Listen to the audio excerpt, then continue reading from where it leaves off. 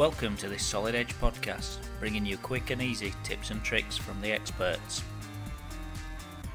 As you work, your designs evolve, usually starting with key geometry and adding detail as you go. One drawback with this approach is you don't always know the amount of detail you will end up with, and if you had known, you may have approached your design differently. Take aligning holes as an example. You may want to add one to an existing series, reposition an existing hole, or correct a mistake on imported models. Solid Edge with Synchronous technology is able to fix these problems. Here are a couple of options. In the first example, you can add 2D construction geometry. It adds a step but provides further control. Create a construction line between two holes in the target series of holes to be aligned. Select the line command, touch the face you are going to draw on, but don't click anything. When the face highlights, a lock icon appears next to your cursor.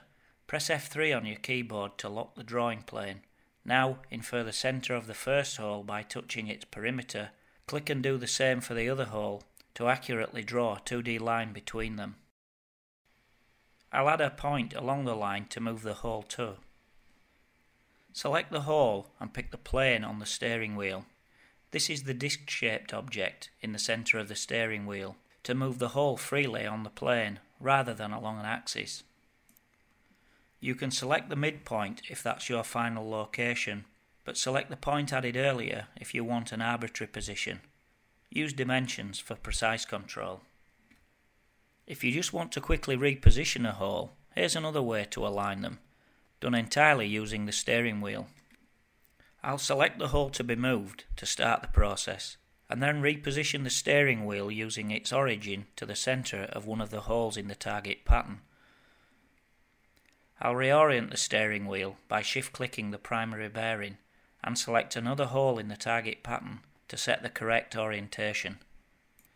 Now I'll shift-click the origin of the steering wheel and move it back to the centre of the hole being moved. Then select one of the orange orbs around the torus to set the axis in the direction I want the hole to move. Now when I drag the hole, it moves along that axis. Simply selecting the centre key point on the target hole moves the hole being moved to the correct location.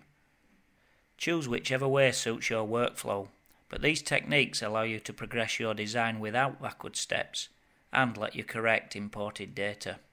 To find out more, go to siemens.com/solid edge or call your local Solid Edge channel partner.